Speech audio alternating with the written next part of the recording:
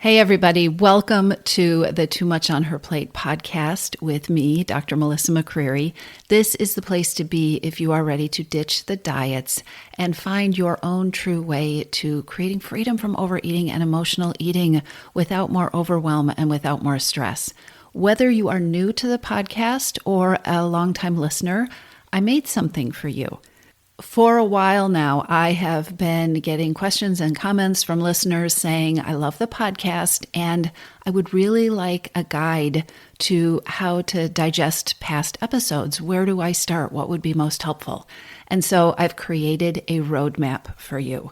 The Freedom from Overeating Roadmap for Smart Busy Women is a guide to must-listen podcast episodes. It's your roadmap for how to get started or podcast episodes that you might want to revisit because they are super helpful for understanding the approach that I take in the podcast. And in addition to this free user guide, I have also included resources for beginning to address the reasons that you overeat. That eternal question that your brain wants to ask, okay, this is all very interesting, but what do I do? If you haven't downloaded it yet, go to toomuchonherplate.com/map, M-A-P, and grab your own copy of the Freedom from Overeating Roadmap and Podcast Guide. Hit pause, do that first, and then let's dive into this week's episode. Hey everybody, welcome back to the podcast. We've got so much to talk about today. I want to talk about if you're using food to numb or push down feelings, what we need to talk about that. I want to talk about being grounded and what being grounded has to do with breaking emotional eating habits or not binging or overcoming overeating.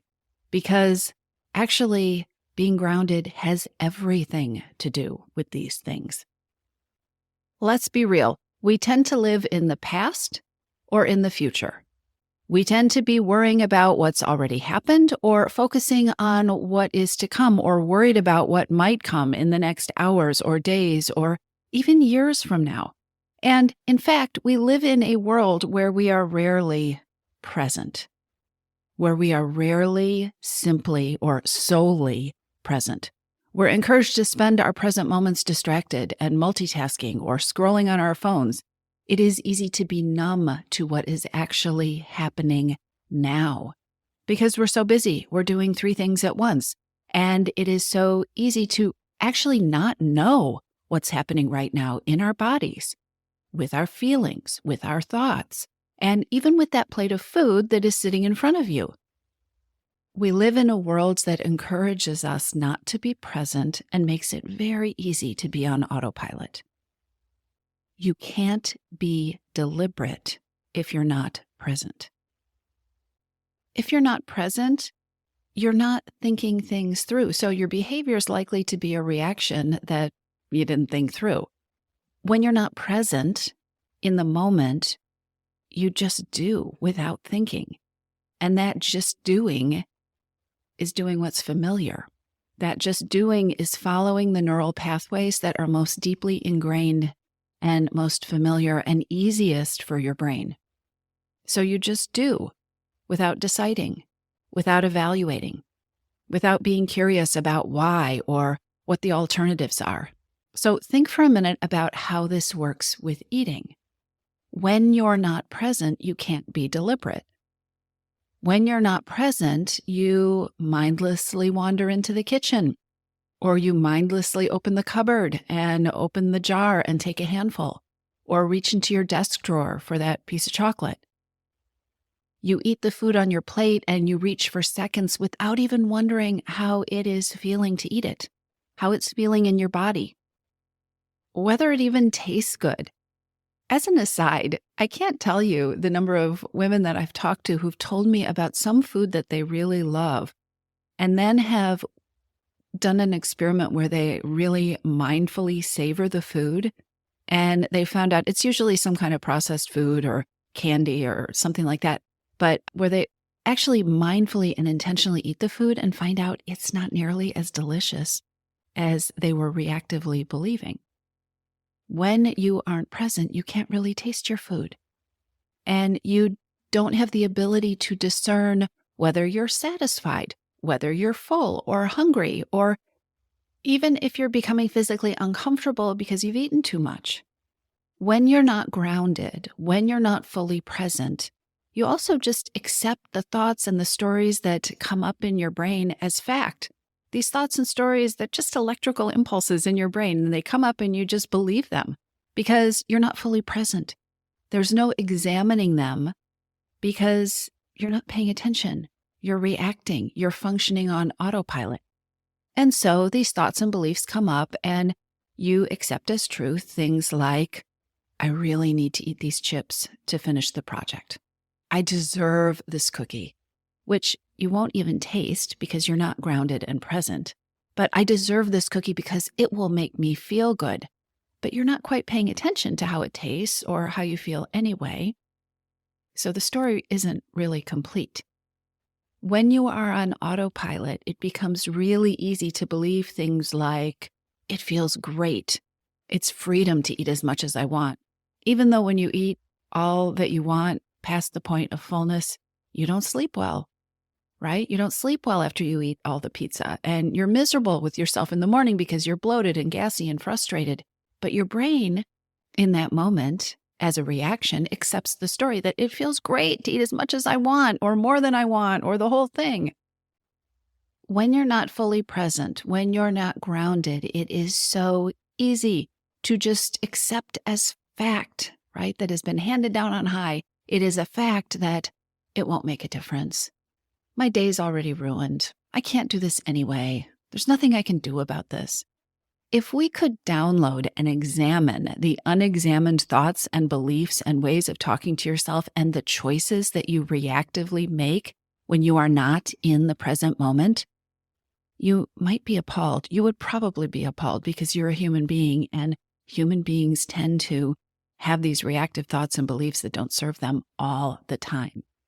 Not being present isn't serving you. It may momentarily feel good. It is not serving you in the big picture. I know eating is easy. That's why overeating habits and emotional eating habits become so easy. Sometimes we turn to food or eating too much food because it feels like the easiest way to cope. It's simple. It's accessible. Eating what we crave satisfies a yearning, and there are chemical reactions that comfort and soothe and calm us for a very short while. Also, we live in a world, especially right now, there are a lot of circumstances in this world that might be triggering you to reach for something to eat. You are more easily triggered when you're not grounded. Triggered, think about it, being triggered is a reaction. When you are in a place where you're not paying attention because you're not in the present moment, it is really easily to be triggered into a reaction. Think about this idea of being grounded as something that gives you the ability to take a deep breath, to slow things down, to slow things, including your decisions and your behaviors, slow them down, to consider options, and then to choose what you really want to do, to be able to see the big picture, to, in the moment, remember how your future self will be or might be impacted by what you choose right now, right? To see the whole array of things. I know there are some moments where you might just want to react. It might feel like nothing else is going to help, or you just don't want to be present. And you might reactively want to eat because you want to make the feelings or the circumstances not be in the front of your mind, at least for the moment. But stick with me, because there are some simple moves that you can make to help with emotional eating and overeating, even in these circumstances. The immediate temptation might be to escape. That's human. The immediate temptation might be to zone out or numb out or turn off. But when you give in to that immediate temptation to escape or zone out, it is like that momentary reaction that you have to just finish the whole bag of Oreos because you started. In the moment, you might have a sugary rush. You might be able to escape your feelings, but a few hours later, the situation is the same. You used the Oreos, you pressed pause, you zoned out, but nothing changed about your actual circumstances. At least, nothing changed for the better. Okay, so what's the alternative to mindless eating or to endless emotional eating and to the weight gain that adds this whole other layer of frustration that comes with all this reactive eating? What is the alternative, especially in these moments or in the moments in history where there's stress and overwhelm and so much that it feels like you can't control? The alternative is to find your power in the present. You find your power by becoming present, by grounding yourself, by gathering yourself in. And this is what grounding yourself has to do with ending battles with food and overeating and emotional eating. What I am seeing all around me and in myself, with the people I work with, with the people in the world, is the importance of finding simple, reliable ways to feel anchored and grounded, or to get anchored and grounded. Being anchored and grounded means we are present. When you're anchored and grounded, you're in your body. You can literally and figuratively feel the ground beneath your feet. You're grounded. And because you're present, you know what you're feeling. You know what you're thinking. You know what you're needing. Or you know that you don't know what you're thinking or feeling or needing because you're present. And when you know these things or know that you don't know these things, that allows you to respond and to take care of yourself. Being grounded allows you to make choices and not just do the autopilot behavior. Being grounded allows you to ask questions. Being grounded allows you to realize the things you don't know the answer to so you can seek new information. Numbness or not being grounded, not being in the present, these things make it impossible to identify what you need. You cannot know what you need when you're numbing out. And when you're numbing out, when you're not present and you don't know what you need or what you're feeling or what you're wanting or what you're thinking, you can't take care of yourself. So what I have for you in the rest of this episode are some simple ways to get grounded instead of numbing out or distancing yourself or reacting with food. Simple ways, okay? And many of these are simple things that do not take a lot of time. First one, super easy. Stop and take 10 deep, slow breaths. That's it. Just come into your body. Get grounded. You can journal. Journal for 5 minutes every morning. You can have a whole plan. You can use it as a time to check in and to notice how you're feeling, or just write whatever comes up. Journaling, stopping, and writing creates presence. You can do it with eating. Decide to eat a mindful meal. Tune in. Get rid of the distractions. Put your phone away. Tune in with all your senses and experience being present. Paying attention allows you to feel satisfied. It helps you know what's going on inside your body. You get to taste. Eat a mindful meal. Try that one out. Another thing you can do is to give yourself more space. Give yourself space, even a few minutes in between all the activities. Let yourself have space to change gears instead of charging from one thing to the other, right? Zoom call to Zoom call without a break, or overlapping things, always being late, grabbing a snack as your transition. Give yourself an actual transition. Sometimes it is really grounding to create a sense of order or control. So one thing that can help you get grounded sometimes is to look for an easy, small place to create order. Little, think small, think doable. Organize a shelf in your closet. Clean off your desktop. These simple things can help to build a feeling of effectiveness, right? Purposefulness. So think about a purposeful action that has meaning to you. Check your voter registration status, or make a plan to vote, or contact someone in your life and encourage them to vote if the political situation is getting to you or stressing you out. Donate to something that you care about. Think about the specific action you can take in the present that helps you feel some order, that helps you feel some effectiveness. You can ground yourself with positive things. Make a list of things you're grateful for. Or make a list of things that are going well. Perspective is grounding. Taking ownership of the perspective you're going to have right now can be very grounding. Instead of creating a to-do list, which can create overwhelm not only in the moment, but overwhelm about the future, go right to your calendar. Enter the to-dos that need to be done into a specific place in your schedule. Give them a specific day and a time slot so you have a sense of having taken care of them. This can feel incredibly grounding. Instead of having this future, this to-do list that just feels vague and like all this stuff is spinning in your head, give it a place. Spend 15 minutes preparing for something that helps you be at your best. Make your lunch, lay out your workout clothes. Plan what you're going to wear tomorrow. Create a space where you can spend quiet time in the mornings.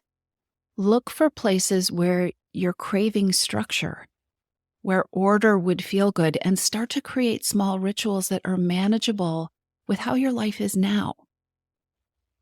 One thing I love about creating these kind of structures or rituals is that you can rinse and repeat. When you create a repeating routine, it gives you ongoing ways to keep regrounding, to keep coming home to yourself, to keep getting present. And then let's talk about connection. Connect with somebody you trust. This can be so powerfully grounding. Spending time with somebody else, even virtually, can be very grounding. It is very present. It can feel very present to be in the presence of another person. Physical touch is very grounding.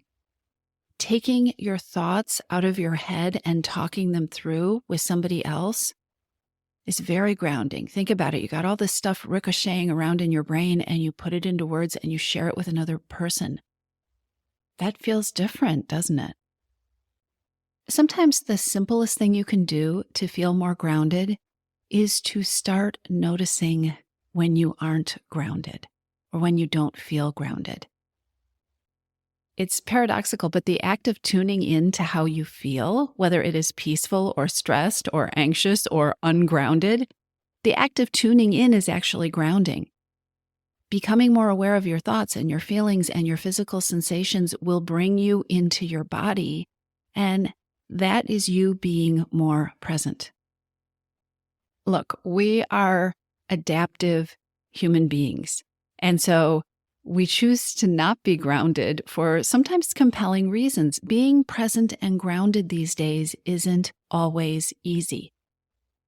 The problem is numbing and not being grounded and not being present isn't a helpful solution either. And if you're listening to this podcast, you probably aren't happy with the habits that are keeping you numb and on autopilot, or that you're feeling triggered into because you're not grounded. But being present and grounded isn't easy, especially these days. These are challenging times. But disappearing yourself doesn't help. Ignoring your feelings and your needs, not being aware of them, is hurting you. And overeating is never a solution that lasts. So one other important way to feel more grounded is to get support when you need it. If it feels like too much, there are professionals who can help you. There are communities who can help you. And you know what? You don't even always need to know what you need. A group member showed up at a Zoom coaching session the other day feeling ungrounded. She showed up and she said something like, "Hello, I'm here. I'm here. I've been missing in action for a while, but I know I need to get settled in again." She needed to feel grounded. She said, "I didn't even know how to get started with how to get started again. So I just came here. I came to the coaching session because," and here's what she said. She said, "Even though I see many new faces here, I don't know all of you. I know you are my people. I know we're in this together." This is what she needed to get grounded. This is what she needed to get present. This is what she needed, right, to get grounded so she could figure out her next steps, so she could figure out more about what she was needing and feeling and wanting. If you think support might feel grounding, don't hide. Give yourself permission to give yourself what you need. And that's so important. I think I'm going to end this episode right here. I'll talk with you soon. If you're ready to lose your overeating and emotional eating habits, and you are ready to step into a relationship with food that fits you, one that doesn't rely on willpower and deprivation, then now is the time to join your missing piece. Enrollment is open, and this is the perfect time to join me. Go to toomuchonherplate.com/freedom, or just click on the link in the show notes. Your Missing Piece is the program where I show you step-by-step how to create freedom from overeating with a unique combination of psychologist-designed, personalized work with me, coaching, and smart strategy. You'll learn how to reclaim your power, ditch the diets, and create results that are built to last. Check it all out at toomuchonherplate.com/freedom, and I'll see you inside.